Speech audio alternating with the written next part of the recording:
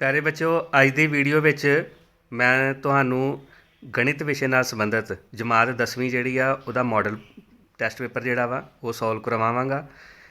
ਇਹ model test paper ਦੇ ਵਿੱਚ ਤੁਹਾਡੇ ਸਿਲੇਬਸ ਦੇ ਅਨੁਸਾਰ ਹਰ ਤਰ੍ਹਾਂ ਦੇ MCQ ਬਣੇ ਹੋਏ ਨੇ। ਜਿਸ ਤਰ੍ਹਾਂ ਦਾ ਤੁਹਾਡਾ ਪੇਪਰ ਆਉਣਾ ਸੇਮ ਪੈਟਰਨ ਉਹੀ ਆ।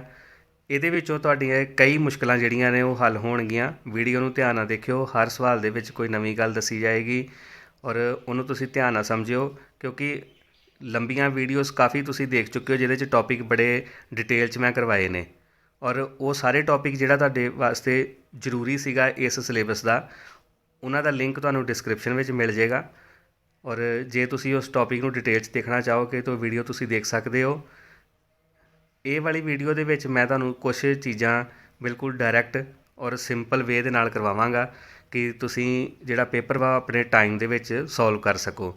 चलो शुरू करते हैं वीडियो, देखते हैं। सब तो पहला क्वेश्चन आ देखो बच्चों, पहला क्वेश्चन की है, दिते गए गुणनखंड रुख विच अज्ञात संख्या पता करो। देखो इधर की दिता होया 70 और एक पासे जिहड़ा इहदा गुणनखंड दिता होया 7 तो 7 दा आया 70। जे तुसीं इस तरह लिखना चाहो तो इस तरह भी लिख सकते हो, 10 आएगा ये विच। जे नहीं तो अगे ये फैक्टर 2 बने हुए ने, आ देखो 2 तो 5 तो 2 5 10, या तुसीं इधरों लिख सकते हो तो ये की आंसर आ जाएगा 10, यानी कि आ वाली ऑप्शन सी।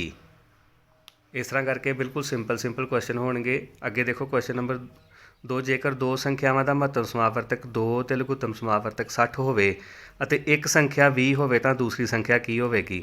हुण सानूं पता कि जिहड़ा महत्तम समावर्तक दा गुणनफल जिहड़ा वा, महत्तम समावर्तक गुणा लघुत्तम समावर्तक, ये किहदे बराबर हुंदा? दो संख्यावां दा गुणनफल दे बराबर। तो उही फार्मूले दे नाल असीं की करांगे कि इन्हां दोवां दा जिहड़ा गुणनफल आ, इधर दो संख्यावां दा गुणनफल आवेगा। एक संख्या 20 आ तो दूसरी मान लेने असीं x वा, तो इधर गुणनफल दोवां दा 2 गुणा 60।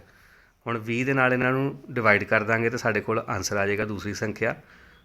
आ देखो 2 गुणा 60 बटा 20। हुण 20 तीए 60 तो कितना आ गया? दूसरी संख्या कितनी आ गई? 3 दूनी 6, यानी कि जो दूसरी संख्या असी फाइंड करनी सी उहदा आंसर कितना वा? 6 आ। तो आ देखो आंसर इहदा पहली ऑप्शन ए, यही इहदा आंसर जो दूसरे क्वेश्चन का। अगे देखो तीसरा क्वेश्चन की है, बिना लंबी वंड प्रक्रिया करदे दसो कि प्रमेय संख्या 29/343 का दशमलव प्रसार किस तरह का होगा। हुण देखो बच्चों 343 हर ये देखो ये तो 29 आपस में किसी एक टेबल च नहीं कट्टे जाते। सब तो पहला असीं ये देखना हुंदा कि जिहड़ी टर्म आ वो आपस में उहदी कटिंग हो सकती है कि नहीं। इन्हां दी कटिंग नहीं हो सकती, फिर 343 के फैक्टर बनावांगे। जिहड़ा हर दे विच जिहड़ी टर्म हुंदी आ तो वो कितनी आ रही है? 7 गुणा 7 गुणा 7। 343 के जिहड़े फैक्टर ने वो आ बनते हैं 7 7 49, 49 7 343। हुण देखो इन्हां दे हर दे विच 2 जां 5, यानी कि जां 2 आवे या 5 आवे या 2 ते 5 दोनों आउण, तो फिर दशमलव प्रसार जिहड़ा शांत हुंदा वा, नहीं तो ये अशांत हुंदा। तो हुण आ देखो तुसीं कि इहदे विच 2 भी नहीं आया 5 भी नहीं आया, पर जे 2 दे नाल 7 आउंदा तो फिर भी ये अशांत सी, क्योंकि जां 2 कल्ला होवे जां 5 कल्ला होवे या 2 दोनों जाने 2 ते 5 इकट्ठे होण। लेकिन आ नंबर होर कोई वखरा नहीं होना चाहिए, इस वखरा नंबर आ गया तो इस करके इहदा की आ? अशांत आवर्ती। है जे इहदा आंसर अशांत आवर्ती। हुण अगे देखो चौथा क्वेश्चन की आ कि पाई एक डैश संख्या है। तुहानूं पता ही है कि पाई एक अपरिमेय संख्या है। इहदे च असीं की लिखांगे? अपरिमेय।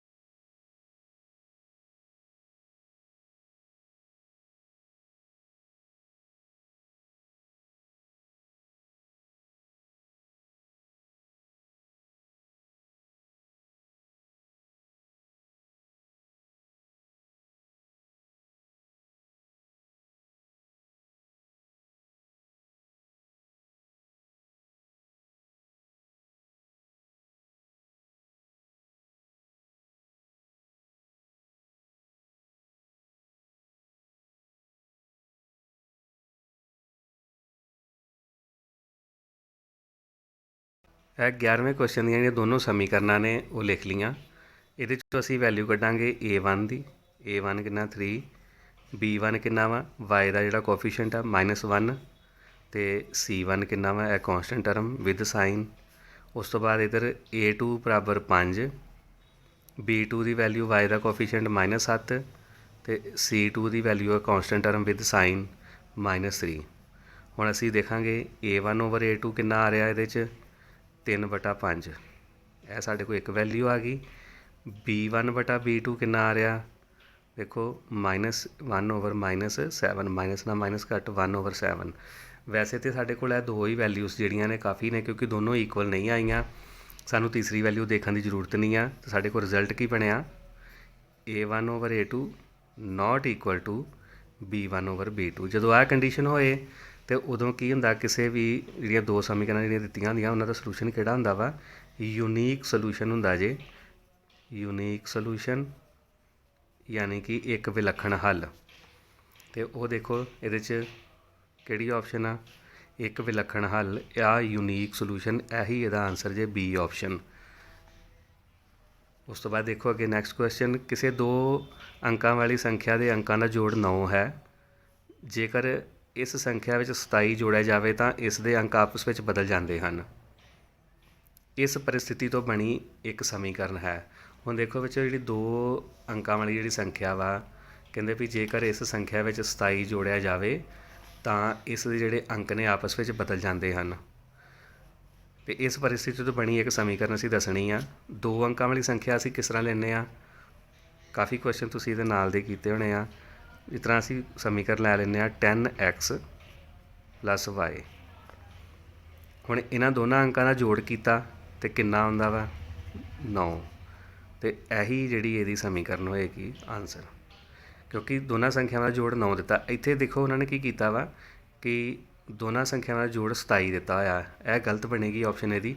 ਦੂਸਰਿਆਂ ਦੇ ਵਿੱਚ ਸਿਰਫ 2 ਅੰਕ ਹੀ ਲਏ ਨੇ, ਉਹਨਾਂ ਨੇ ਦਹਾਈ ਵਾਲਾ ਅੰਕ ਵਿੱਚ ਲਿਆ ਹੀ ਨਹੀਂ ਇਸ ਤਰ੍ਹਾਂ। ਇਸ ਕਰਕੇ ਤੁਸੀਂ ਇਹ ਧਿਆਨ ਰੱਖਿਓ 10x + y = 9 ਇਹਦਾ ਆਨਸਰ ਆ। ਅੱਗੇ ਦੇਖੋ ਕੁਐਸਚਨ ਨੈਕਸਟ, ਜਦੋਂ ਦੋ ਰੇਖੀ ਸਮੀਕਰਨਾਂ ਦੇ ਜੋੜੇ ਦਾ ਆਲੇਖ ਆਪਸ ਵਿੱਚ ਕੱਟਣ ਦਾ ਸਮੀਕਰਨਾਂ ਕਿਹੜੀਆਂ ਹੁੰਦੀਆਂ ਨੇ, ਸੰਪਾਤੀ ਕੋਇਨਸੀਡੈਂਟ, ਸੰਗਤ ਹੁੰਦੀਆਂ ਨੇ, ਅਸੰਗਤ ਹੁੰਦੀਆਂ ਕਿ ਸਮਾਂਤਰ। ਦੇਖੋ ਬੱਚਿਓ, ਜਦੋਂ ਜਿਹੜੀ ਆਹ ਚੌਥੀ ਆਪਸ਼ਨ ਵਾ, ਸਮਾਂਤਰ ਦਾ ਮਤਲਬ ਹੁੰਦਾ ਦੋਨੋਂ ਪੈਰਲਲ। ਗ੍ਰਾਫ ਦੇ ਵਿੱਚ ਦੋਨੋਂ ਲਾਈਨਾਂ ਪੈਰਲਲ ਜਾ ਰਹੀਆਂ, ਕਿਸੇ ਵੀ ਡਾਇਰੈਕਸ਼ਨ 'ਚ ਹੋ ਸਕਦੀਆਂ ਨੇ, ਇਹ ਆਪਸ 'ਚ ਕਦੀ ਮਿਲਦੀਆਂ ਹੀ ਨਹੀਂ, ਅਤੇ ਇਸ ਕਰਕੇ ਇਹ ਜਿਹੜੇ ਜੋੜੇ ਨੇ ਇਹ ਕੱਟਦੇ ਹੀ ਨਹੀਂ ਗਏ। ਇਹ ਆਪਸ਼ਨ ਆਉਣੀ ਨਹੀਂ, ਕਿਉਂਕਿ ਉਹਨਾਂ ਨੇ ਕਿਹਾ ਵੀ ਆਲੇਖ ਆਪਸ ਵਿੱਚ ਕੱਟਣ, ਇਹ ਤਾਂ ਗਲਤ ਹੋ ਗਿਆ।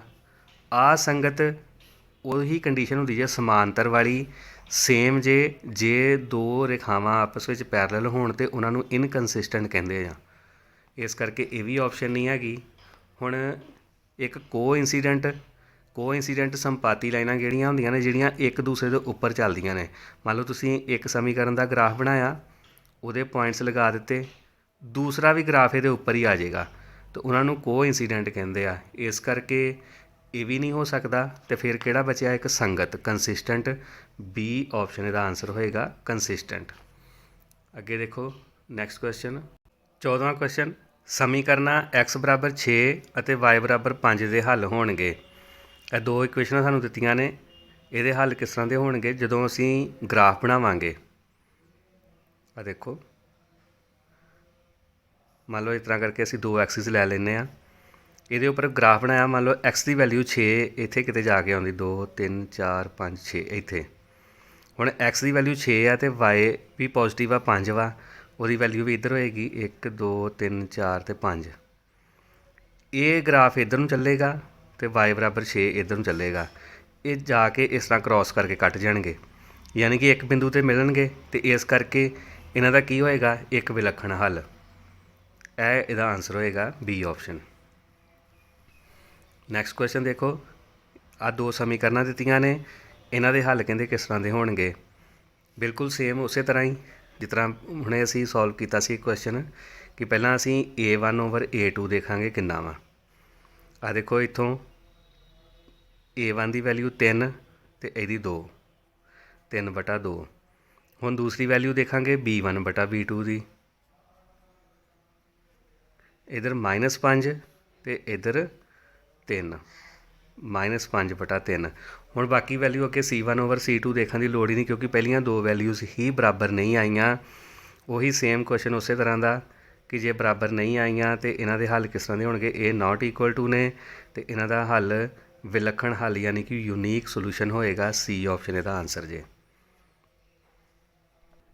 16वां क्वेश्चन, चक्कर की स्पर्श रेखा इस नूं डैश बिंदुआं ते कटदी है। हुण जिहड़ी चक्कर की स्पर्श रेखा हुंदी आ देखो इत्थे एक थल्ले क्वेश्चन आ, उहदे विच डायग्राम दित्ती होई आ देखो। हुण आ देखो चक्कर की स्पर्श रेखा आ रही आ, इहनूं सिर्फ एक बिंदु ते, जिस तरह दूसरे पासे भी देख लो सिर्फ एक बिंदु ते कटदी आ, ते इस करके इस क्वेश्चन का आंसर जिहड़ा की होएगा, चक्कर की स्पर्श रेखा इस नूं सिर्फ एक बिंदु ते कटदी है। इहदा आंसर जी। 17 क्वेश्चन देखो 17वां, चित्र विच जेकर आर ਅਤੇ क्यू स्पर्श बिंदु हैं तो किहड़ा सही है। थल्ले देखो की स्टेटमेंट दी आ, if in given figure R and Q are tangent points then which of the following is false. इत्थे फाल्स लिखते पे ने, इधर सही लिख रहे हैं, यानी कि आ चीज़ गलत है। इत्थे इनू इत्थे कर लो गलत, किहड़ा कथन गलत है, असी आ दसना इत्थे सही की जगह पर, क्योंकि मैं तुहानूं दसना देखो आ डायग्राम दी हुई आ। हुण इहदे च तुहानूं पता कि एक पी क्यू ते पी आर दोनों बराबर हुंदे ने, ये बिल्कुल सही आ। इह च पहली ऑप्शन देखो पी क्यू बराबर पी आर, ये भी ठीक आ। फिर दूसरा कोण दिता पी क्यू ओ, यानी कि आ जिहड़ा कोण वा क्यू ये कितना वा 90 डिग्री, आ देखो बिल्कुल ये भी सही आ, तो ऑप्शन तो ये भी सही। अगे तीसरी ऑप्शन की आ भी ट्राईएंगल पी क्यू ओ, यह जी ट्राईएंगल आ पी क्यू ओ ये सरबंग सम आ ट्राईएंगल पी आर ओ दे, तो बिल्कुल सही है। दोनों कांगूरेंट ट्राईएंगल्स होंदियां ने इत्थे। ਇਹਦਾ मतलब कि फिर आ जी इन्होंने स्टेटमेंट पाई सी गलत सी, ਇਹਦੀ जगह ਤੇ गलत आना ਸੀਗਾ, ਤੇ ਉਹ गलत ਕਿਹੜੀ ਆ कि पी क्यू ਜਿਹੜੀ ਆ ਉਹ पी ओ ਤੋਂ ਵੱਡੀ ਆ, ਇਹ गलत जे।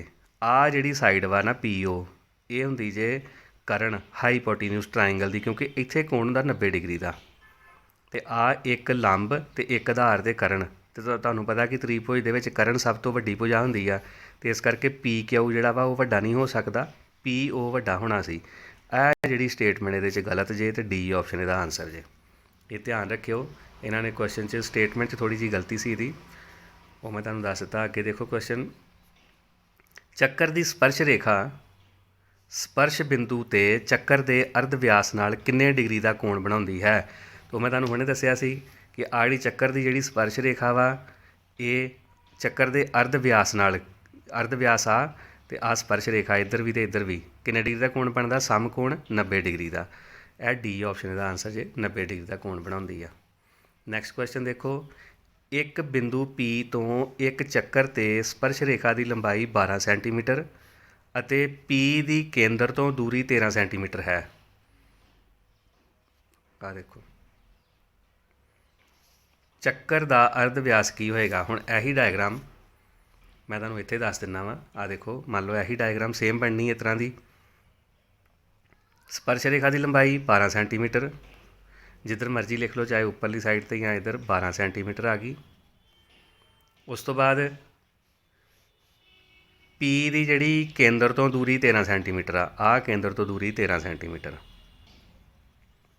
हुण अर्ध व्यास की लंबाई आ देखो, आ लंब आधार ते करण, असी आधार कढ़ना वा, ते आ करण का वर्ग 13 का वर्ग, ये चो लंब का वर्ग माइनस करना वा, तो बराबर आधार ओ क्यू का वर्ग आ जाएगा। यह साढ़े को जो इसी सॉल्व करांगे तो आंसर आ जाएगा 13 13 किन्ने होंदे आ 169 माइनस 144 बराबर ओ क्यू का वर्ग। इनू माइनस किया तो कितना आ गया 25, तो 25 का वर्गमूल आ जाएगा क्योंकि इधरों वर्ग हटावांगे तो ओ क्यू आ जाएगा, तो कितना आ गया 5, यानी कि आधार कितना आ गया इहदा 5, तो यही इहदा अर्ध व्यास आ 5। तो देखो तुसी क्वेश्चन दे विच आया इहदा आंसर दिता है अजे 5 सेंटीमीटर। अगे देखो नैक्सट क्वेश्चन, वाए धुरे ते स्थित किसी बिंदु का भुज कितना होवेगा। एबसीसा ਵਾਏ ਧੁਰੇ ਦੇ ਨਿਰਦੇਸ਼ਕ ਤੁਹਾਨੂੰ ਪਤਾ ਹੀ ਹੈ ਕਿਹੜੇ ਹੁੰਦੇ ਨੇ। ਵਾਏ ਧੁਰੇ ਉੱਪਰ ਐਕਸ ਹਮੇਸ਼ਾ 0 ਹੁੰਦਾ ਜੇ। ਆਹ ਨਿਰਦੇਸ਼ਕ ਹੁੰਦੇ ਜੇ। ਬਣਦਾ ਕਿਸ ਤਰ੍ਹਾਂ ਵਾ, ਆਹ ਦੇਖੋ, ਆਹ ਵਾਲਾ ਵਾਏ ਧੁਰਾ ਵਾ, ਇਹ ਵਾਲਾ। ਇਹਦੇ ਉੱਤੇ ਕੋਈ ਵੀ ਪੁਆਇੰਟ ਆਏਗਾ ਅਤੇ ਐਕਸ ਦੀ ਵੈਲਿਊ ਹਮੇਸ਼ਾ 0 ਰਹੇਗੀ ਅਤੇ ਵਾਈ ਦੀ ਵੈਲਿਊ ਇਹਦੇ ਉੱਪਰ ਹੀ ਕਿਤੇ ਨਾ ਕਿਤੇ ਲਾਈ ਕਰੇਗੀ। ਅਤੇ ਇਸ ਕਰਕੇ ਐਕਸ 0 ਹੁੰਦਾ ਜੇ, ਯਾਨੀ ਕਿ ਐਬਸੀਸਾ ਜਿਹੜਾ ਵਾ ਉਹ 0 ਹੋਏਗਾ। ਅਤੇ ਇਹੀ ਇਹਦਾ ਆਨਸਰ ਜੇ, ਏ ਆਪਸ਼ਨ 0। ਨੈਕਸਟ ਕੁਐਸਚਨ ਦੇਖੋ ਕਿ ਆਹ ਨਿਰਦੇਸ਼ਕ ਦਿੱਤੇ ਨੇ, A 4 6 ਆ ਅਤੇ B 6 0 ਆ। ਇਹਦਾ ਮੱਧ ਬਿੰਦੂ ਪਤਾ ਕਰਨਾ, ਮਿਡ ਪੁਆਇੰਟ ਇਹਦਾ ਕਿੰਨਾ ਹੋਏਗਾ। ਅਤੇ ਮਿਡ ਪੁਆਇੰਟ ਦਾ ਫਾਰਮੂਲਾ ਤੁਹਾਨੂੰ ਪਤਾ ਹੀ ਆ। ਮਿਡ ਪੁਆਇੰਟ ਦਾ ਫਾਰਮੂਲਾ x1 ਪਲੱਸ x2 ਬਟਾ 2 ਅਤੇ y1 ਪਲੱਸ y2 ਬਟਾ 2। ਹੁਣ ਆਹ ਵਾਲੀਆਂ ਵੈਲਿਊਜ਼ ਨੇ, ਇਹ x1 ਅਤੇ y1, ਦੂਸਰੀ x2 ਅਤੇ y2, ਯਾਨੀ ਕਿ x1 4 ਜਮ੍ਹਾਂ 6।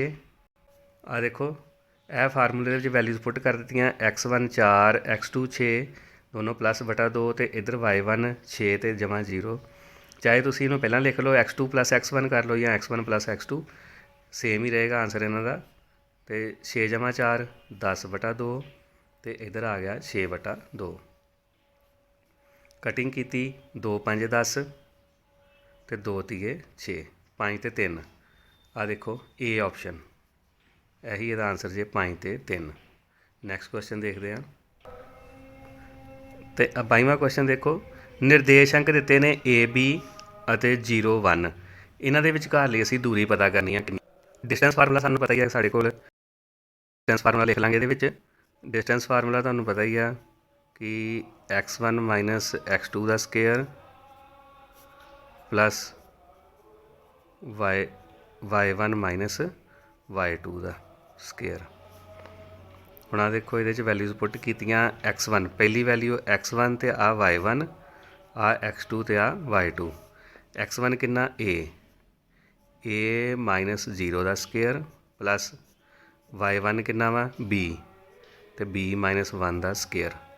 ਜਦੋਂ ਇਹਨੂੰ ਸੋਲਵ ਕਰਾਂਗੇ a ਮਾਈਨਸ 0 ਜਿਹੜਾ ਵਾ ਉਹ a ਰਹੇਗਾ, ਯਾਨੀ ਕਿ ਇੱਥੇ ਆ ਜਾਏਗਾ a ਦਾ ਸਕੇਅਰ ਪਲੱਸ ਇਹ ਇਸੇ ਤਰ੍ਹਾਂ ਹੀ ਰਹੇਗਾ b ਮਾਈਨਸ 1 ਦਾ ਸਕੇਅਰ। ਆਹ ਦੇਖੋ ਕਿਹੜੀ ਆਪਸ਼ਨ ਆ, ਸਕੇਅਰ ਰੂਟ ਦੇ ਵਿੱਚ a square plus b minus 1 the square. ਇਹੀ ਆਪਸ਼ਨ ਜਿਹੜੀ ਆ ਪਹਿਲੀ ਇਹਦਾ ਆਨਸਰ ਹੋਏਗਾ, ਇਹ A ਆਪਸ਼ਨ। ਉਸ ਤੋਂ ਬਾਅਦ ਨੈਕਸਟ ਕੁਐਸਚਨ ਦੇਖੋ, ਬਿੰਦੂ P 01 Q 10 ਅਤੇ R 11 ਦੁਆਰਾ ਬਣੀ ਤ੍ਰਿਭੁਜ ਦਾ ਖੇਤਰਫਲ ਕੀ ਹੋਵੇਗਾ। ਚਲੋ ਇਹ ਤੁਹਾਨੂੰ ਖੇਤਰਫਲ ਇਹਦਾ 23ਵੇਂ ਕੁਐਸਚਨ 'ਚ ਆਹ ਵਾਲੇ ਸਾਨੂੰ ਬਿੰਦੂ ਦਿੱਤੇ ਹੋਏ ਨੇ। ਹੁਣ ਅਸੀਂ ਇਹ 'ਚ ਤ੍ਰਿਭੁਜ ਦਾ ਜਿਹੜਾ ਖੇਤਰਫਲ ਫਾਈਂਡ ਕਰਨਾ ਵਾ ਕਿ ਤ੍ਰਿਭੁਜ ਦਾ ਖੇਤਰਫਲ ਕਿੰਨਾ ਹੋਏਗਾ। ਅਸੀਂ ਇੱਥੇ ਲਿਖ ਲੈਂਦੇ ਹਾਂ ਏਰੀਆ ਆਫ ਟਰਾਇੰਗਲ। ਉਹਦਾ ਫਾਰਮੂਲਾ ਤੁਹਾਨੂੰ ਪਤਾ ਹੀ ਹੈ ਕੀ ਹੁੰਦਾ, 1/2 x1 y2 minus y3 plus x2 y3 minus y1 plus x3 y1 minus y2। ਇਹ ਫਾਰਮੂਲਾ, ਇਹਦੇ 'ਚ ਅਸੀਂ ਵੈਲਿਊਜ਼ ਪੁੱਟ ਕਰ ਦਿੰਦੇ ਹਾਂ। ਆ ਸਾਡੇ ਕੋਲ ਜਿਹੜੀ ਪਹਿਲੀ ਵੈਲਿਊ ਆ ਉਹ x1 ਅਤੇ ਆ y1, ਇੱਧਰ x2 ਅਤੇ y2, ਇੱਧਰ x3 ਅਤੇ y3। ਅਸੀਂ ਵੈਲਿਊਜ਼ ਲਿਖ ਦਿੰਦੇ ਵਿੱਚ ਫਾਰਮੂਲੇ 'ਚ। x1 ਸਾਡੇ ਕੋਲ 0 ਆ, y2 0 0 minus 1 plus x2 1, y3 ਵੀ 1 ਅਤੇ ਮਾਈਨਸ y1 ਵੀ 1। ਇਸੇ ਤਰ੍ਹਾਂ ਹੀ x3 'ਚ 1 ਅਤੇ 1 ਮਾਈਨਸ y2 ਦੀ ਵੈਲਿਊ 0। ਇਹ ਅਸੀਂ ਵੈਲਿਊਜ਼ ਪੁੱਟ ਕਰ ਲਈਆਂ। ਇਹਨੂੰ ਸੋਲਵ ਕਰਾਂਗੇ, ਪਹਿਲੀ ਵੈਲਿਊ ਤਾਂ 0 ਹੋ ਜਾਏਗੀ, 0 ਨਾਲ ਮਲਟੀਪਲਾਈ ਕੀਤਾ ਅਤੇ 0। ਇੱਧਰ ਵੀ 1 ਮਾਈਨਸ 1 0 ਅਤੇ 0 ਨੂੰ 1 ਨਾਲ ਕੀਤਾ ਅਤੇ 0। ਇੱਧਰ 1 ਮਾਈਨਸ 0 1 ਅਤੇ 1 ਨੂੰ 1 ਨਾਲ ਕੀਤਾ ਅਤੇ 1। ਸਾਡੇ ਕੋਲ ਕੀ ਆ ਗਿਆ 1/2 ਅਤੇ ਅੰਦਰੋਂ ਕਿੰਨਾ ਬਚਿਆ ਮਲਟੀਪਲਾਈ ਸਾਰਿਆਂ ਨੂੰ ਜੋੜ ਕੇ 1, ਯਾਨੀ ਕਿ 1/2। ਅਤੇ 1/2 ਨੂੰ ਜਦੋਂ ਅਸੀਂ ਡਿਵਾਈਡ ਕਰਾਂਗੇ ਤਾਂ ਕਿੰਨਾ ਆਏਗਾ 0.5। ਇਹੀ ਆਨਸਰ ਜੇ। ਦੇਖਦੇ ਹਾਂ ਅਸੀਂ, ਆਹ ਦੇਖੋ 0.5 ਵਰਗ ਇਕਾਈਆਂ, A ਆਪਸ਼ਨ। ਇਹੀ ਇਹਦਾ ਆਨਸਰ ਜੇ, 0.5 ਵਰਗ ਇਕਾਈਆਂ। ਅੱਗੇ ਦੇਖੋ ਨੈਕਸਟ, ਆਹ ਸਾਨੂੰ ਬਿੰਦੂ ਦਿੱਤੇ ਹੋਏ ਨੇ 3। ਇਹਦੇ 'ਚ ਤ੍ਰਿਭੁਜ ਦੇ ਕੇਂਦਰਕ ਦਾ ਭੁਜ ਪਤਾ ਕਰਨਾ। ਭੁਜ ਯਾਨੀ ਕਿ ਆਹ ਦੇਖੋ ਇੱਥੇ ਤੁਹਾਨੂੰ ਦਿੱਤਾ ਹੋਇਆ ਵਾ ਐਬਸੀਸਾ। ਅਸੀਂ ਐਬਸੀਸਾ ਫਾइंड ਕਰਨਾ ਵਾ ਉਹਦੇ ਕੇਂਦਰਕ ਦਾ। ਅਤੇ ਕੇਂਦਰਕ ਵਾਲੇ ਦਾ ਜਿਹੜਾ ਵਾ ਫਾਰਮੂਲਾ ਤੁਹਾਨੂੰ ਮੈਂ ਦੱਸਦਾ ਕੀ ਹੁੰਦਾ। ਆਹ ਦੇਖੋ ਬੱਚੋ, ਕੇਂਦਰਕ ਪਤਾ ਕਰਨ ਦਾ ਜਿਹੜਾ ਫਾਰਮੂਲਾ ਵਾ ਉਹਦੇ 'ਚ ਜਿਹੜੇ ਕੋਆਰਡੀਨੇਟਸ ਹੁੰਦੇ ਨੇ ਉਹ ਇਸ ਤਰ੍ਹਾਂ ਬਣਦੇ x1 + x2 + x3 ਬਟਾ 3 comma y1 + y2 + y3 ਬਟਾ 3। ਇਹ ਫਾਰਮੂਲਾ ਜੇ। ਹੁਣ ਜਿਹੜੇ ਸਾਨੂੰ 3 ਬਿੰਦੂ ਦਿੱਤੇ ਹੋਏ ਨੇ, ਮੈਂ ਉਹ ਇੱਥੇ ਲਿਖ ਦਿੰਦਾ ਬਿੰਦੂ। ਪਹਿਲਾ ਪੁਆਇੰਟ ਹੈਗਾ ਜੇ 1 1, ਦੂਸਰਾ ਪੁਆਇੰਟ ਹੈਗਾ ਜੇ 3 ਤੇ 2, ਅਤੇ ਤੀਸਰਾ ਪੁਆਇੰਟ ਕਿਹੜਾ ਜੇ 2 ਤੇ -7। ਹੁਣ ਆਹ ਦੇਖੋ, ਆਹ ਵਾਲੀ value x1 y1, x2 y2, x3 ਤੇ y3। ਹੁਣ ਇਹਦੇ ਵੈਲਿਊਜ਼ ਪੁੱਟ ਕਰ ਦਿੰਦੇ ਆ। ਸਾਡੇ ਕੋਲ ਨਿਰਦੇਸ਼ਾਂਕ ਆ ਜਾਣਗੇ। ਪਹਿਲਾਂ ਦੇਖੋ x1 ਦੀ ਵੈਲਿਊ 1, x2 ਦੀ 3 ਅਤੇ x3 ਦੀ 2/3 ਕੋਮਾ। ਹੁਣ y ਵਾਲੇ ਸਾਰੇ ਇਕੱਠੇ ਕਰ ਲਓ, 1 + 2 - 7/3। ਸਾਨੂੰ ਸਿਰਫ ਐਬਸੀਸਾ ਚਾਹੀਦਾ। ਐਬਸੀਸਾ ਯਾਨੀ ਕਿ ਭੁਜ। ਹੁਣ ਸਾਨੂੰ ਪਤਾ ਕਿ ਜਿਹੜੀ ਪਹਿਲੀ ਵੈਲਿਊ ਹੁੰਦੀ ਆ ਉਹ ਹੁੰਦੀ ਆ ਭੁਜ ਦੀ, ਅਤੇ ਇਹ ਹੁੰਦੀ ਕੋਟੀ। ਭੁਜ ਅਤੇ ਕੋਟੀ, ਐਬਸੀਸਾ ਅਤੇ ਆਰਡੀਨੇਟ। ਹੁਣ ਆਹ ਦੇਖੋ, ਇਹਨਾਂ ਨੂੰ ਸੋਲਵ ਕਰਾਂਗੇ। 3 ਤੇ 1 4 2 6, 6/3। ਇੱਧਰ 3 - 4/3। ਇਹਨੂੰ ਕਟਿੰਗ ਕੀਤੀ, 3 ਦੂਣੀ 6। ਪੁਆਇੰਟ ਕੀ ਆ ਗਿਆ ਸਾਡੇ ਕੋਲ? 2 ਤੇ -4/3। ਲੇਕਿਨ ਸਾਨੂੰ ਚਾਹੀਦਾ ਕੀ ਸੀ? ਐਬਸੀਸਾ। ਅਤੇ ਐਬਸੀਸਾ ਕਿੰਨਾ ਆਇਆ? 2। ਹੁਣ ਆਹ ਦੇਖਦੇ ਹਾਂ ਅਸੀਂ ਇਹਦੇ ਵਿੱਚ ਆਨਸਰ। ਆਹ ਦੇਖੋ, ਇਹਦਾ ਐਬਸੀਸਾ ਕਿੰਨਾ ਆਇਆ? 2। ਇਹ ਸੀ ਆਪਸ਼ਨ ਇਹਦਾ ਆਨਸਰ ਆ। ਅੱਗੇ ਦੇਖਦੇ ਹਾਂ ਨੈਕਸਟ ਕੁਐਸਚਨ। ਨੈਕਸਟ ਕੁਐਸਚਨ, ਜੇਕਰ ਸਾਈਨ ਏ ਬਰਾਬਰ 4/5 ਹੋਵੇ ਤਾਂ ਕੌਸ ਏ ਦਾ ਮੁੱਲ ਕੀ ਹੋਵੇਗਾ? ਇਹ ਬਿਲਕੁਲ ਸੇਮ ਕੁਐਸਚਨ ਇਹਦੇ ਨਾਲ ਦੇ ਅਸੀਂ ਪਹਿਲਾਂ ਵੀ ਕਾਫੀ ਕਰ ਚੁੱਕੇ ਹਾਂ। ਆਹ ਦੇਖੋ, ਸਾਡੇ ਕੋਲ ਇੱਕ, ਮੈਂ ਇੱਥੇ ਤੁਹਾਨੂੰ ਡਾਇਗਰਾਮ ਬਣਾ ਕੇ ਫਿਰ ਦੱਸਦਾ ਇਹਦਾ। ਸਮਕੋਣੀ ਤ੍ਰਿਭੁਜ ਹੁੰਦੀ ਹੈ।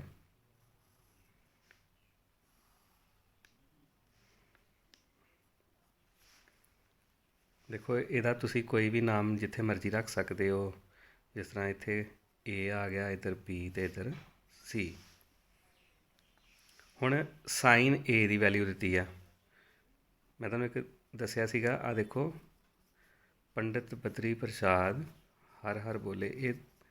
ਇਹਦੇ ਵਿੱਚ ਪਹਿਲੀ ਵੈਲਿਊ ਜਿਹੜੀ ਉਹ ਸਾਈਨ ਦੀ, ਫਿਰ ਕੌਸ ਦੀ, ਫਿਰ ਤੀਸਰੀ ਟੈਨ ਦੀ, ਯਾਨੀ P/B ਅਤੇ B/H ਅਤੇ P/B ਟੈਨ ਦੀ ਵੈਲਿਊ।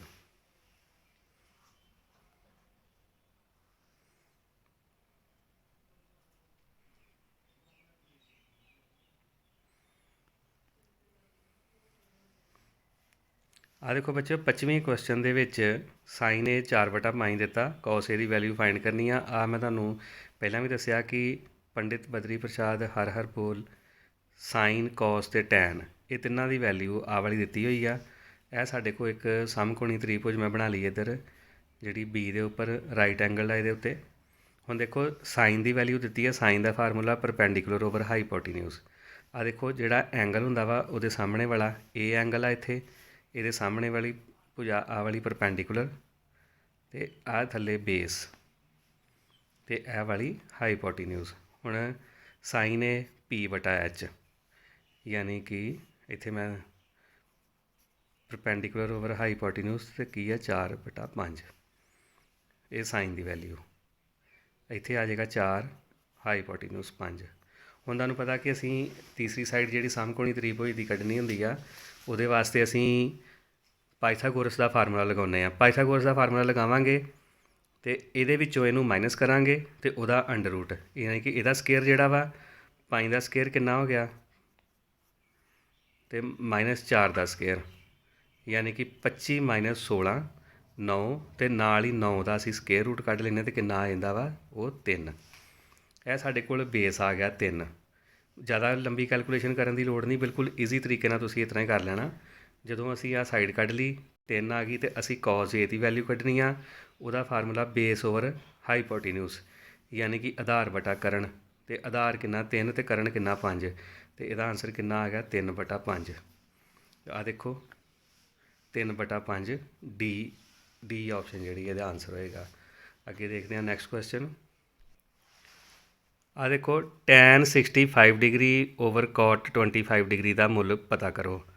ਹੁਣ ਬੱਚਿਓ ਇਹਨਾਂ ਕੁਐਸਚਨਸ ਵਿੱਚ ਇੱਕ ਚੀਜ਼ ਦਾ ਧਿਆਨ ਰੱਖਿਓ, ਤੁਹਾਨੂੰ ਪਤਾ ਕਿ ਟੈਨ ਦਾ ਉਲਟ ਕਾਟ, ਸਾਈਨ ਦਾ ਉਲਟ ਕੋਸੀਕੈਂਟ ਅਤੇ ਕੌਸ ਦਾ ਉਲਟ ਸੀਕੈਂਟ। ਹੁਣ ਜਿਹੜੀਆਂ 2 ਡਿਗਰੀਜ਼ ਦਿੱਤੀਆਂ ਹੁੰਦੀਆਂ ਨੇ, ਜਿਸ ਤਰ੍ਹਾਂ ਆ 65 ਅਤੇ ਆ 25 ਆ, ਦੋਨਾਂ ਦਾ ਪਲੱਸ ਕਰਕੇ ਦੇਖੋ 90 ਆਉਂਦਾ ਕਿ ਨਹੀਂ। ਜੇ 90 ਆਉਂਦਾ ਵਾ ਤਾਂ ਇਹਦਾ ਆਨਸਰ ਸਿੱਧਾ 1, ਕੋਈ ਸੋਚਣ ਦੀ ਲੋੜ ਨਹੀਂ। ਆਨਸਰ ਕਿੰਨਾ ਆਏਗਾ ਇਹਦਾ 1। ਹੁਣ ਦੇਖੋ ਤੁਹਾਨੂੰ ਪਤਾ ਹੀ ਆ, ਤੁਸੀਂ ਸੋਲਵ ਕਰਦੇ ਹੋ। ਟੈਨ 65 ਨੂੰ ਮੈਂ ਤੁਹਾਨੂੰ ਸੋਲਵ ਕਰਕੇ ਦੱਸਦਾ। ਹੁਣ ਟੈਨ 65 ਨੂੰ ਅਸੀਂ ਕੀ ਲਿਖ ਸਕਦੇ ਹਾਂ, ਟੈਨ 90 ਡਿਗਰੀ ਮਾਈਨਸ 25 ਡਿਗਰੀ, ਅਤੇ ਥੱਲੇ ਤਾਂ ਪਹਿਲਾਂ ਹੀ ਹੈਗਾ ਵਾ ਕਾਟ 25 ਡਿਗਰੀ। ਹੁਣ ਦੇਖੋ ਟੈਨ 90 ਚੋਂ 25 ਗਏ ਅਤੇ ਕਿੰਨੇ ਬਚਦੇ ਆ, 65। ਅਤੇ ਟੈਨ 90 ਮਾਈਨਸ ਥੀਟਾ ਕਿਹਦੇ ਬਰਾਬਰ ਹੁੰਦਾ, ਕਾਟ ਥੀਟਾ, ਯਾਨੀ ਕਿ ਕਾਟ 25 ਡਿਗਰੀ ਇੱਥੇ, ਅਤੇ ਥੱਲੇ ਪਹਿਲਾਂ ਹੀ ਕਾਟ 25 ਡਿਗਰੀ ਆ, ਕੱਟ ਕੀਤਾ ਅਤੇ ਕਿੰਨਾ ਆ ਗਿਆ 1। ਬਿਲਕੁਲ ਈਜ਼ੀ ਕੁਐਸਚਨ, ਇਹਨੂੰ ਧਿਆਨ ਰੱਖਿਓ। ਤੁਸੀਂ ਸੋਲਵ ਕਰਨ ਦੀ ਲੋੜ ਨਹੀਂ, ਤੁਹਾਨੂੰ ਦੱਸ ਦਿੱਤਾ ਜਿਹੜਾ ਤਰੀਕਾ, ਉਹ ਯਾਦ ਰੱਖਿਓ। ਅੱਗੇ ਦੇਖੋ next, 1 + tan a + secant a ਅਤੇ 1 + cot a - ਕੋਸੀਕੈਂਟ a ਕਿਹਦੇ ਬਰਾਬਰ ਹੋਏਗਾ। ਇਹਨੂੰ ਸੋਲਵ ਕਰਨਾ ਪੈਣਾ ਵਾ, ਇਹਨਾਂ ਨੂੰ ਸਾਈਨ ਕੌਸ ਵਿੱਚ ਚੇਂਜ ਕਰਕੇ ਅਤੇ ਫਿਰ ਸੋਲਵ ਕਰਦੇ ਹਾਂ।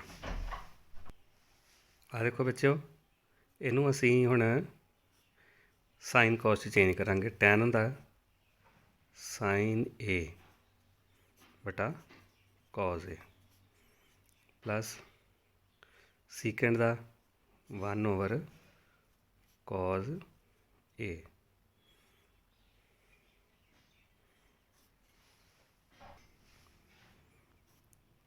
+1 cos a बटा sin a -1/sin a। ਹੁਣ ਇਹਦੇ 'ਚ ਐਲਸੀਐਮ ਲਵਾਂਗੇ, ਇਹਦਾ ਐਲਸੀਐਮ ਕਿੰਨਾ ਆਏਗਾ, cos a, ਇੱਧਰ ਕਿੰਨਾ ਆ ਗਿਆ, cos a + sin a + 1।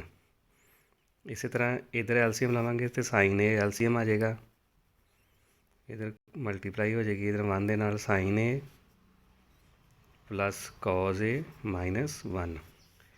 ਇਹ ਸਾਡੇ ਕੋਲ ਆ ਗਿਆ। ਹੁਣ ਆਹ ਦੇਖੋ ਦੋਨੋਂ ਆਪਸ 'ਚ ਮਲਟੀਪਲ ਨੇ, ਇਹਨਾਂ ਨੂੰ ਇਕੱਠੇ ਕਰ ਲਾਂਗੇ ਅਸੀਂ। ਅਤੇ ਇੱਕ ਚੀਜ਼ ਆ ਦੇਖਿਓ ਇਹਦੇ 'ਚ, ਆਹ ਦੇਖੋ cos a + sin a + 1, ਇੱਧਰ ਵੀ cos a + sin a -1, ਯਾਨੀ ਕਿ ਆਹ ਦੋਨੋਂ ਟਰਮਾਂ ਪਲੱਸ ਦੀਆਂ ਨੇ। ਇਹ ਫਾਰਮੂਲਾ ਕੀ ਬਣ ਜਾਂਦਾ ਵਾ, a + b ਅਤੇ a - b। ਇੱਥੇ ਇਹਨੂੰ ਸਿੱਧਾ ਲਿਖ ਦਾਂਗੇ ਅਸੀਂ,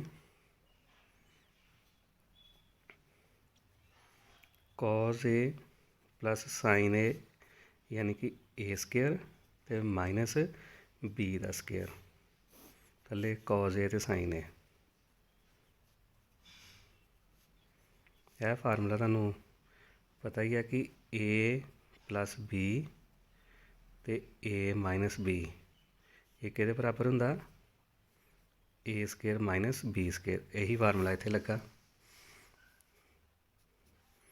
ਹੁਣ ਆਹ ਦੇਖੋ ਇੱਧਰ ਦੇ ਸਕੇਅਰ ਖੋਲ੍ਹਿਆ, ਕਿੰਨਾ ਆ ਗਿਆ, cos² a + sin² a ਯਾਨੀ ਕਿ a + b ਦਾ whole square plus 2 cos a sin a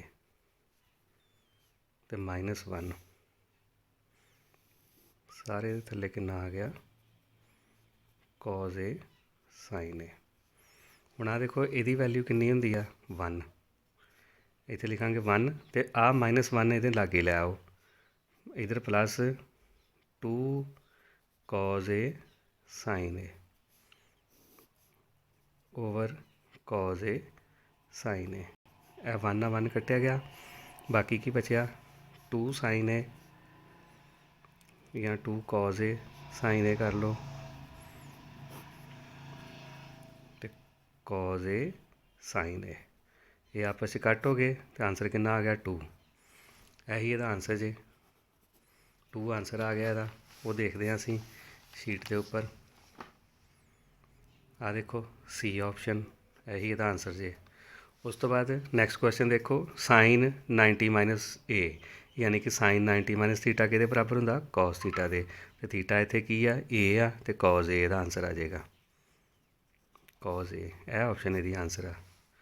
next question ਦੇਖੋ, ਸਾਈਨ 60 cos 30 ਪਲੱਸ cos 60 ਦੇ ਸਾਈਨ 30 ਇਹ ਕਿਹਦੇ ਬਰਾਬਰ ਹੋਏਗਾ। ਦੇਖੋ ਸਾਈਨ 60 ਦੀ ਵੈਲਿਊ ਕਿੰਨੀ ਹੁੰਦੀ ਆ, ਸਾਈਨ 60 ਹੁੰਦਾ √3/2, cos 30 ਵੀ ਸੇਮ ਵੈਲਿਊ √3/2, cos 60 1/2 ਅਤੇ ਸਾਈਨ 30 ਇਹ ਦੋਨੋਂ ਵੈਲਿਊਜ਼ ਆਪਸ ਵਿੱਚ ਰੈਸੀਪ੍ਰੋਕਲ ਹੁੰਦੀਆਂ ਸਾਈਨ ਦੀਆਂ 30 ਅਤੇ 60 ਤੇ ਸੇਮ ਵੈਲਿਊ ਆ ਜਾਂਦੀ ਆ।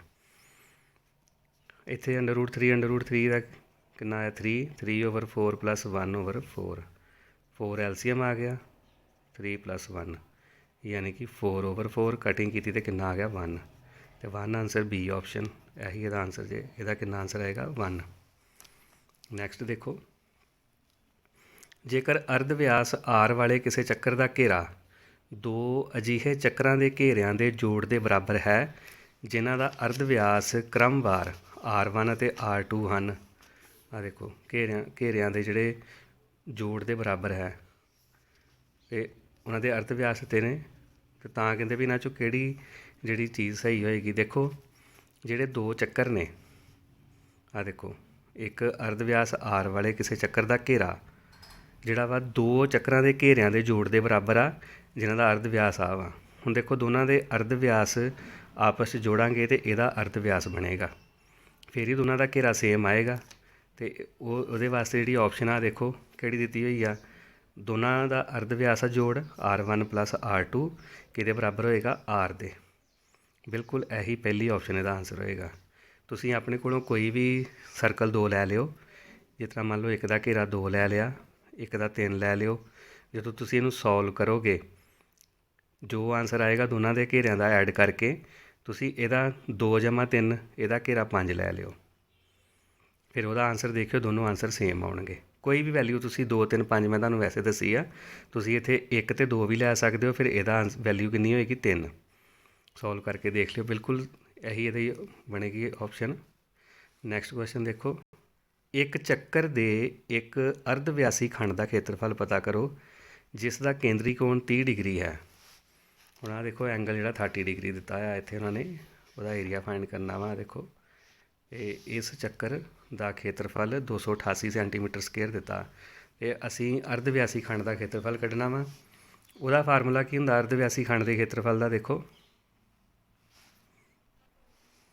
ਅਰਧ ਵਿਆਸੀ ਖੰਡ ਦੇ ਖੇਤਰਫਲ ਆ θ/360 × πr²। ਹੁਣ θ 30 ਡਿਗਰੀ ਦਿੱਤਾ ਹੋਇਆ, 360 ਅਤੇ πr²। ਆ ਦੇਖੋ ਚੱਕਰ ਦਾ ਖੇਤਰਫਲ ਦਿੱਤਾ 288 ਅਤੇ ਇੱਥੇ ਹੀ 288 ਲਿਖਾਂਗੇ, ਕਟਿੰਗ ਕਰਾਂਗੇ 12 ਤੇ ਗਿਆ। ਹੁਣ ਇੱਧਰੋਂ ਕੱਟੋ 12 ਦੂਣਾ 24, 48 ਵਜੇ ਅਤੇ 12 ਚੌਕੇ 48। ਇਹ ਦੇਖੋ ਇੱਥੇ 24 ਸੈਂਟੀਮੀਟਰ ਸਕੁਏਅਰ ਆਇਆ ਵਾਲਾ ਆਨਸਰ ਆ ਗਿਆ ਇਹਦਾ 24 ਸੈਂਟੀਮੀਟਰ ਸਕੁਏਅਰ। ਇਹੀ ਇਹਦਾ ਆਨਸਰ ਆ ਬੀ ਆਪਸ਼ਨ। ਨੈਕਸਟ ਦੇਖਦੇ ਹਾਂ। ਆ ਦੇਖੋ ਕਿਸੇ ਦਿੱਤੇ ਗਏ ਕੇਂਦਰੀ ਕੋਣ ਲਈ ਕਿਹੜਾ ਕਥਨ ਸਹੀ ਹੈ। ਹੁਣ ਦੇਖੋ ਕੇਂਦਰੀ ਕੋਣ ਵਾਸਤੇ ਕਿਹੜਾ ਕਥਨ ਸਹੀ ਹੈ ਕਿ ਅਰਧ ਵਿਆਸੀ ਖੰਡ ਅਤੇ ਚੱਕਰੀ ਖੰਡ ਬਰਾਬਰ ਹੁੰਦੇ ਹਨ ਜਾਂ ਅਰਧ ਵਿਆਸੀ ਖੰਡ ਚੱਕਰੀ ਖੰਡ ਤੋਂ ਜ਼ਿਆਦਾ ਹੁੰਦਾ ਹੈ। ਦੇਖੋ ਬੱਚੋ ਜਿਹੜਾ ਅਰਧ ਵਿਆਸੀ ਖੰਡ ਜਿਹੜਾ ਬਣਦਾ ਵਾ, ਦੇਖੋ ਜਿਸ ਤਰ੍ਹਾਂ ਇੱਕ ਸਰਕਲ ਆ,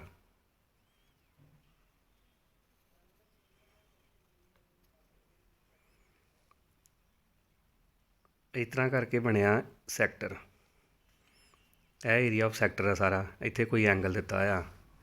ਹੁਣ ਜਿਹੜਾ ਸੈਗਮੈਂਟ ਵਾ, ਸੈਗਮੈਂਟ ਬਣਦਾ ਇਸ ਤਰ੍ਹਾਂ, ਕੋਡ ਦੇ ਥੱਲੇ ਵਾਲਾ ਹਿੱਸਾ ਆ ਜਿਹੜਾ ਇਹ ਸੈਗਮੈਂਟ ਆ, ਅਤੇ ਪੂਰਾ ਸਾਰਾ ਜਿਹੜਾ ਸੀਗਾ ਇੱਥੋਂ ਤੱਕ ਇਹ ਸੈਕਟਰ ਸੀਗਾ।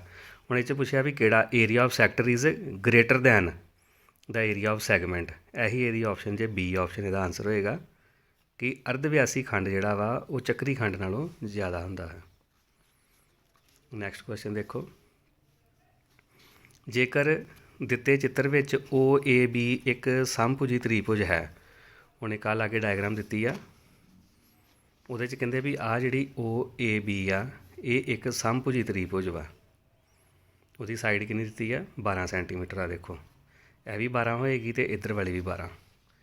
ਕਹਿੰਦੇ ਉਹ ਚੱਕਰ ਦਾ ਕੇਂਦਰ ਹੈ ਤਾਂ ਹੇਠ ਲਿਖਿਆਂ ਵਿੱਚੋਂ ਕਿਹੜਾ ਰੰਗੀਨ ਭਾਗ ਦੇ ਖੇਤਰਫਲ ਲਈ ਢੁਕਵਾਂ ਹੈ। ਹੁਣ ਦੇਖੋ ਬੱਚੋ ਰੰਗੀਨ ਭਾਗ ਦੇ ਸਾਰਾ ਹੀ ਜਿੰਨੀ ਡਾਇਗਰਾਮ ਬਣੀ ਸਾਰੀ ਕਲਰ ਕੀਤੀ ਹੋਈ ਆ। ਹੁਣ ਦੇਖੋ ਇਹਦਾ ਕਿਸ ਤਰ੍ਹਾਂ ਬਣੇਗਾ। ਦੇਖੋ ਆ ਇੱਕ ਤੇ ਖੇਤਰਫਲ ਕੱਢਾਂਗੇ ਅਸੀਂ ਚੱਕਰ ਦਾ ਖੇਤਰਫਲ ਪਲੱਸ ਸਮਭੁਜੀ ਤ੍ਰਿਭੁਜ ਦਾ ਖੇਤਰਫਲ ਤੇ ਮਾਈਨਸ ਇਹਦੇ ਚੋਂ ਕਿਹਨੂੰ ਕਰਨਾ, ਇਹ ਜਿਹੜਾ ਅਰਧ ਵਿਆਸੀ ਖੰਡ ਵਾ ਇਹਦਾ ਅਰਧ ਵਿਆਸੀ ਖੰਡ ਦਾ ਖੇਤਰਫਲ ਵਿੱਚੋਂ ਘਟਾ ਦਾਂਗੇ, ਕਿਉਂਕਿ ਸਰਕਲ ਦਾ ਇੰਨਾ ਹਿੱਸਾ ਹੀ ਇਹਦੇ 'ਚ ਨਹੀਂ ਆ ਰਿਹਾ। ਦੇਖੋ ਇੱਥੋਂ ਤੱਕ ਇਹ ਵਿੱਚੋਂ ਮਾਈਨਸ ਕਰ ਦਾਂਗੇ ਤੇ ਇਹ ਰੰਗੀਨ ਭਾਗ ਦਾ ਖੇਤਰਫਲ ਹੋਏਗਾ। ਹੁਣ ਅਰਧ ਵਿਆਸ ਕਿੰਨਾ ਦਿੱਤਾ, 6 ਸੈਂਟੀਮੀਟਰ। ਤੁਹਾਨੂੰ ਪਤਾ ਹੀ ਆ ਕਿ ਜਿਹੜੀ ਸਮਭੁਜੀ ਤ੍ਰਿਭੁਜ ਹੁੰਦੀ ਆ ਉਹਦੇ ਹਰੇਕ ਕੋਣ ਕਿੰਨੇ ਡਿਗਰੀ ਦਾ ਹੁੰਦਾ, 60 ਡਿਗਰੀ ਦਾ। ਇਹ ਵੀ 60, ਇਹ ਵੀ 60 ਤੇ ਇੱਥੇ ਵੀ 60 ਡਿਗਰੀ। ਇਹ ਧਿਆਨ ਰੱਖਣਾ ਤੁਸੀਂ। ਹੁਣ ਇਹਦਾ ਫਾਰਮੂਲਾ ਦੇਖਦੇ ਹਾਂ ਕਿਸ ਤਰ੍ਹਾਂ ਬਣਦਾ। ਸਭ ਤੋਂ ਪਹਿਲਾਂ ਤਾਂ ਫਾਰਮੂਲਾ ਕਿਹਦਾ ਲੱਗੇਗਾ, ਮੈਂ ਦੱਸਿਆ ਸਰਕਲ ਦਾ, ਪਾਈ ਆਰ ਸਕੇਅਰ ਪਲੱਸ ਸਮਭੁਜੀ ਤ੍ਰਿਭੁਜ ਦਾ ਫਾਰਮੂਲਾ ਖੇਤਰਫਲ ਦਾ ਵਰਗਮੂਲ 3/4 ਤੇ ਭੁਜਾ ਦਾ ਵਰਗ ਯਾਨੀ ਸਾਈਡ ਸਕੇਅਰ ਭੁਜਾ ਦਾ ਵਰਗ।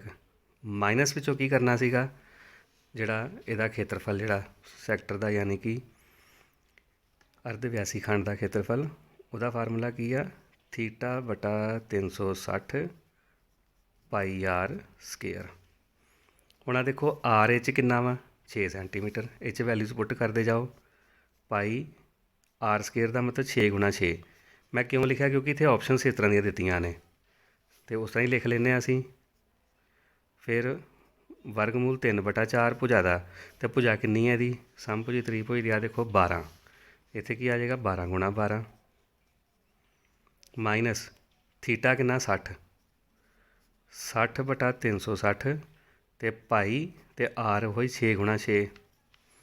ਹੁਣ ਆ ਦੇਖੋ ਇਹਦੀ ਕਟਿੰਗ ਕਰਾਂਗੇ, 6 × 6 ਅਤੇ 6 × 36। ਹੁਣ ਸਾਡੇ ਕੋਲ ਕੀ ਬਚਿਆ, ਪਾਈ 6 × 6 ਜਮ੍ਹਾਂ ਵਰਗਮੂਲ 3/4 12 × 12 ਮਾਈਨਸ 1/6 ਪਾਈ 6 × 6। ਆ ਦੇਖੋ ਇਹਦੇ 'ਚ ਇਹ ਵਾਲੀ ਆਪਸ਼ਨ ਕਿੱਥੇ ਆ, 1/6 ਵਾਲੀ ਨਾਲ ਮਾਈਨਸ, ਕਿਉਂਕਿ ਵਿੱਚੋਂ ਘਟਾਉਣਾ ਸੀਗਾ। ਆ ਦੇਖੋ ਮਾਈਨਸ ਆਈ ਨਾਲ, ਅਤੇ ਇਹ ਆਪਸ਼ਨ ਸੀ ਆਪਸ਼ਨ ਜੇ, ਪਾਈ 6 × 6 ਪਲੱਸ ਵਰਗਮੂਲ 3/4 12 × 12 ਮਾਈਨਸ 1/6 ਪਾਈ ਆ ਵਾਲਾ, ਅਤੇ ਸੀ ਆਪਸ਼ਨ ਇਹਦਾ ਆਨਸਰ ਆ ਗਿਆ। ਅੱਗੇ ਦੇਖੋ ਕੁਐਸਚਨ ਨੰਬਰ 35। 1 2 3 4 ਤੋਂ ਲੈ ਕੇ 15 ਤੱਕ ਗਿਣਤੀ ਵਿੱਚੋਂ ਅਚਾਨਕ ਚੁਣੀ ਗਈ ਇੱਕ ਸੰਖਿਆ ਦੇ ਚਾਰਜ ਦੇ ਗੁਣਜ ਹੋਣ ਦੀ ਸੰਭਾਵਨਾ ਕੀ ਆ। ਹੁਣ ਦੇਖੋ 1 ਤੋਂ 15 ਤੱਕ ਕਾਰਡ ਨੇ, ਅਤੇ 4 ਦੇ ਗੁਣਜ ਕਿਹੜੇ ਕਿਹੜੇ ਹੋਣਗੇ ਇਹਦੇ ਵਿੱਚ, ਇੱਕ 4 4 ਦੂਣੀ 8 ਅਤੇ 4 ਤੀਏ 12। ਦੇਖੋ 15 ਤੱਕ ਕਾਰਡ ਨੇ ਅਤੇ ਇੱਥੋਂ ਤੱਕ ਹੀ ਆਉਣਗੇ ਇਹ 'ਚ 4 ਦੇ ਗੁਣਜ। ਹੁਣ ਇਹਦੀ ਸੰਭਾਵਨਾ ਕੀ ਹੈ, ਇਹ 3 ਆਏ, ਟੋਟਲ ਕਾਰਡ 15 ਸੀ, ਅਤੇ ਸੰਭਾਵਨਾ ਕੀ ਬਣੀ 3/15। ਕਟਿੰਗ ਕੀਤੀ 3 × 3 ਅਤੇ 3 × 5 = 15, ਕਿੰਨਾ ਆਨਸਰ ਆ ਗਿਆ 1/5। 1/5 ਆਨਸਰ ਦੇਖੋ ਪਹਿਲੀ ਆਪਸ਼ਨ 1/5। ਨੈਕਸਟ ਕੁਐਸਚਨ ਦੇਖੋ, ਇੱਕ ਬੈਗ ਵਿੱਚ 8 ਲਾਲ ਗੇਂਦਾਂ 6 ਹਰੀਆਂ ਗੇਂਦਾਂ ਅਤੇ 5 ਨੀਲੀਆਂ ਗੇਂਦਾਂ ਹਨ।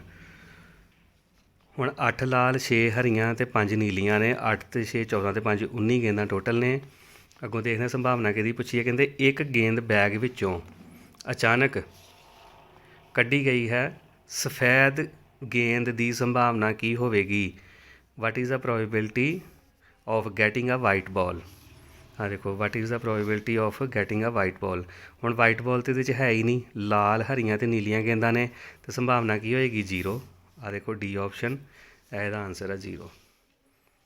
ਇੱਕ ਵਿਦਿਆਰਥੀ ਦੇ ਕੋਲ ਇੱਕ ਅਜਿਹਾ ਪਾਸਾ ਹੈ ਜਿਸ ਦੇ ਫਲਕਾਂ ਉੱਤੇ ਹੇਠ ਲਿਖੇ ਅੱਖਰ ਅੰਕਿਤ ਹਨ। ਆ ਦੇਖੋ 6 ਹਿੱਸੇ ਹੁੰਦੇ ਆ ਡਾਈਸ ਦੇ, 1 2 3 4 5 6, ਇਹ 6 ਫੇਸ ਨੇ, ਉਹਨਾਂ ਉੱਪਰ ਆਹ ਵਾਲਾ ਸਭ ਕੁਝ ਲਿਖਿਆ ਹੋਇਆ ਵਾ। ਕਹਿੰਦੇ ਇਸ ਪਾਸੇ ਨੂੰ ਇੱਕ ਵਾਰ ਸੁੱਟਿਆ ਜਾਂਦਾ ਹੈ ਅਤੇ ਇਸ ਦੀ ਕੀ ਸੰਭਾਵਨਾ ਹੈ ਕਿ ਐਸ ਪ੍ਰਾਪਤ ਹੋਵੇ। ਆਹ ਦੇਖੋ ਬੱਚੇ ਐਸ ਕਿੰਨੀ ਵਾਰੀ ਆ, ਇੱਕੋ ਵਾਰੀ, ਅਤੇ ਕਿੰਨੀ ਸੰਭਾਵਨਾ ਬਣੀ 1/6। ਇਹੀ ਇਹਦਾ ਆਨਸਰ ਆ 1/6। ਆਹ ਦੇਖੋ ਏ ਆਪਸ਼ਨ। ਹੇਠ ਦਿੱਤਿਆਂ ਵਿੱਚੋਂ ਕਿਹੜੀ ਕਿਸੇ ਘਟਨਾ ਦੀ ਸੰਭਾਵਨਾ ਨਹੀਂ ਹੋ ਸਕਦੀ। Which of the following number can not be the probability of N event. ਮੈਂ ਤੁਹਾਨੂੰ ਦੱਸਿਆ ਸੀ, ਜਿਹੜਾ ਮੈਂ ਪਹਿਲਾਂ ਸੈਂਪਲ ਪੇਪਰ ਕਰਵਾਇਆ ਸੀਗਾ ਉਹਦੇ 'ਚ ਵੀ ਦੱਸਿਆ ਸੀਗਾ ਕਿ ਸੰਭਾਵਨਾ ਉਹ ਨਹੀਂ ਹੁੰਦੀ ਜਿਹੜੀ ਇੱਕ ਤੋਂ ਵੱਡੀ ਹੋਵੇ, ਅਤੇ ਇਹਦੇ 'ਚ ਜੇ ਫਰੈਕਸ਼ਨ ਦਿੱਤੀ ਆ ਅਤੇ ਉਹਦੇ 'ਚ ਅੰਸ਼ ਵੱਡਾ ਹੋਏਗਾ, ਹਰ ਛੋਟਾ ਹੋਏਗਾ ਤਾਂ ਉਹੀ ਹੋਏਗੀ। ਜੇ ਪਰਸੈਂਟੇਜ ਦਿੱਤੀ ਆ ਅਤੇ 100 ਤੋਂ ਵੱਧ ਹੋਏਗੀ ਅਤੇ ਉਹ ਸੰਭਾਵਨਾ ਨਹੀਂ ਹੋ ਸਕਦੀ। ਹੁਣ ਆਹ ਦੇਖੋ ਇਹਦੇ 'ਚ ਇਹੀ ਆ ਡੀ ਆਪਸ਼ਨ ਇਹਦਾ ਆਨਸਰ ਆ। ਅਤੇ ਬੱਚੋ ਜਿਹੜੀਆਂ ਪਿਛਲੀਆਂ ਵੀਡੀਓਜ਼ ਜਿਹੜੀਆਂ ਮੈਂ ਬਣਾਈਆਂ ਸੀਗੀਆਂ ਸੈਂਪਲ ਪੇਪਰ ਉੱਪਰ ਉਹ ਵੀ ਜ਼ਰੂਰ ਦੇਖਿਓ। ਉਹਨਾਂ ਦਾ ਲਿੰਕ ਮੈਂ ਡਿਸਕ੍ਰਿਪਸ਼ਨ ਵਿੱਚ ਦੇ ਦਾਂਗਾ। ਤੁਹਾਡੇ ਲਈ ਬਹੁਤ ਫਾਇਦੇਮੰਦ ਹੋਣਗੀਆਂ। ਤੁਹਾਡੇ ਜਿਹੜੇ ਟਰਮ 1 ਦੇ ਐਗਜ਼ਾਮ ਹੋਣੇ ਆ। ਅਤੇ ਜੇ ਵੀਡੀਓ ਚੰਗੀ ਲੱਗਦੀ ਹੈ ਤਾਂ ਲਾਈਕ ਕਰਿਆ ਕਰੋ, ਆਪਣੇ ਦੋਸਤਾਂ ਮਿੱਤਰਾਂ ਨਾਲ ਸ਼ੇਅਰ ਵੀ ਕਰਿਆ ਕਰੋ ਅਤੇ ਚੈਨਲ ਜ਼ਰੂਰ ਸਬਸਕ੍ਰਾਈਬ ਕਰ ਲਿਓ, ਕਿਉਂਕਿ ਤੁਹਾਡੀਆਂ ਜਿੰਨੀਆਂ ਵੀ ਵੀਡੀਓਜ਼ ਬਣਨਗੀਆਂ ਤੁਹਾਡੀ ਕਲਾਸ ਨਾਲ ਰਿਲੇਟਡ ਅਗਲੇ ਸਿਲੇਬਸ ਦੀਆਂ ਵੀ, ਉਹਦਾ ਨੋਟੀਫਿਕੇਸ਼ਨ ਤੁਹਾਨੂੰ ਤਾਂ ਹੀ ਮਿਲੇਗਾ ਜੇ ਤੁਸੀਂ ਚੈਨਲ ਸਬਸਕ੍ਰਾਈਬ ਕਰੋਗੇ। ਅਤੇ ਚੈਨਲ ਬਿਲਕੁਲ ਫ੍ਰੀ ਜੇ, ਇਹਨੂੰ ਜ਼ਰੂਰ ਸਬਸਕ੍ਰਾਈਬ ਕਰ ਲਿਓ, ਉਹਦੇ ਨਾਲ ਸਾਨੂੰ ਵੀ ਮੋਟੀਵੇਸ਼ਨ ਮਿਲਦੀ ਆ। ਨੈਕਸਟ ਕੁਐਸਚਨ ਦੇਖੋ, ਚੰਗੀ ਤਰ੍ਹਾਂ ਫੈਂਟੀ ਹੋਈ 52 ਪੱਤਿਆਂ ਦੀ ਤਾਸ਼ ਦੀ ਗੁੱਟੀ ਵਿੱਚੋਂ ਖਿੱਚੇ ਗਏ ਇੱਕ ਪੱਤੇ ਦੇ ਇੱਕਾ ਹੋਣ ਦੀ ਸੰਭਾਵਨਾ ਕੀ ਹੋਵੇਗੀ? ਹੁਣ ਦੇਖੋ ਤਾਸ਼ ਦੇ ਵਿੱਚ ਜਿਹੜੇ ਪੱਤੇ ਹੁੰਦੇ ਆ ਉਹਦੇ ਵਿੱਚ ਹਰ ਪੱਤੇ ਦਾ ਇੱਕ ਇੱਕ ਇੱਕਾ ਹੁੰਦਾ। ਜਿਸ ਤਰ੍ਹਾਂ ਜਿਹੜਾ ਇੱਟ ਦਾ ਪੱਤਾ ਵਾ, ਇੱਟ ਦੇ ਪੱਤੇ ਦਾ ਇੱਕ ਇੱਕਾ, ਉਸ ਤੋਂ ਬਾਅਦ ਪਾਨ ਦੇ ਪੱਤੇ ਦਾ ਵੀ ਇੱਕ ਇੱਕਾ, ਫਿਰ ਚਿੜੀਏ ਦੇ ਪੱਤੇ ਦਾ ਵੀ ਇੱਕ ਇੱਕਾ, ਅਤੇ ਜਿਹੜਾ ਲਾਸਟ ਬਚਿਆ ਵਾ ਉਹ ਕਿਹੜਾ ਪੱਤਾ ਹੁੰਦਾ? ਹੁਕਮ ਦਾ। ਹੁਕਮ ਦੇ ਪੱਤੇ ਦਾ ਵੀ ਇੱਕੋ ਇੱਕਾ। 4 ਇੱਕੇ ਹੋ ਗਏ ਅਤੇ ਕੁੱਲ ਪੱਤੇ 52 ਅਤੇ 4/52। 4 ਏਕਮ 4 ਅਤੇ 13 ਚੌਕੇ 52। ਕਿੰਨਾ ਆਨਸਰ ਆ ਗਿਆ? 1/13। ਇਹ ਬੀ ਆਪਸ਼ਨ ਇਹਦਾ ਆਨਸਰ ਹੋਏਗਾ, 1/13 ਬੀ ਆਪਸ਼ਨ। ਅੱਗੇ ਦੇਖੋ, ਕਹਿੰਦੇ ਜੇਕਰ ਪੀ ਏ ਸੰਭਵ ਘਟਨਾ ਏ ਦੀ ਸੰਭਾਵਨਾ ਨੂੰ ਦਰਸਾਉਂਦਾ ਹੈ ਤਾਂ ਦਿੱਤਿਆਂ ਵਿੱਚੋਂ ਕਿਹੜਾ ਕਥਨ ਸਹੀ ਹੈ? ਵੀ ਜੇ ਕਿਤੇ ਪੀ ਏ ਕਹਿੰਦੇ ਇੱਕ ਸੰਭਵ ਘਟਨਾ ਜਿਹੜੀ ਹੋ ਸਕਦੀ ਆ ਉਹਦੀ ਸੰਭਾਵਨਾ ਨੂੰ ਦਰਸਾਉਂਦਾ ਵਾ, ਅਤੇ ਇਹਨਾਂ ਵਿੱਚੋਂ ਕਿਹੜਾ ਕਥਨ ਸਹੀ ਆ? ਅਤੇ ਆਹ ਬੱਚੇ ਮੈਂ ਤੁਹਾਨੂੰ ਅੱਗੇ ਵੀ ਦੱਸਿਆ ਸੀ ਕਿ ਜਿਹੜੀ ਸੰਭਾਵਨਾ ਵਾ ਉਹ 0 ਦੇ ਬਰਾਬਰ ਵੀ ਹੋ ਸਕਦੀ ਆ, 0 ਤੋਂ ਵੱਡੀ, 1 ਤੋਂ ਛੋਟੀ ਜਾਂ 1 ਦੇ ਬਰਾਬਰ। ਅਤੇ ਇਹੀ ਇਹਦਾ ਆਨਸਰ ਜੇ ਬੀ ਆਪਸ਼ਨ। ਇਹ ਧਿਆਨ 'ਚ ਰੱਖਿਓ। ਇਹ ਸੀਗੇ ਬੱਚਿਓ ਸੈਂਪਲ ਪੇਪਰ। ਇਸ ਤਰ੍ਹਾਂ ਦੇ ਹੋਰ ਵੀ ਜਿਹੜੇ ਸੈਂਪਲ ਪੇਪਰ ਆਉਣਗੇ ਤੁਹਾਡੇ MCQ ਬੇਸਡ ਜਿੰਨੇ ਵੀ ਕੁਐਸਚਨ ਹੋਣਗੇ ਉਹ ਤੁਹਾਨੂੰ ਮੈਂ ਜ਼ਰੂਰ ਕਰਾਵਾਂਗਾ। ਤੁਸੀਂ ਵੀਡੀਓ ਨੂੰ ਧਿਆਨ ਨਾਲ ਦੇਖਿਆ ਕਰੋ। ਚੰਗੀ ਲੱਗੇ ਲਾਈਕ ਕਰਿਓ, ਚੈਨਲ ਸਬਸਕ੍ਰਾਈਬ ਕਰ ਲਿਓ, ਬਿਲਕੁਲ ਫ੍ਰੀ ਆ। ਧੰਨਵਾਦ।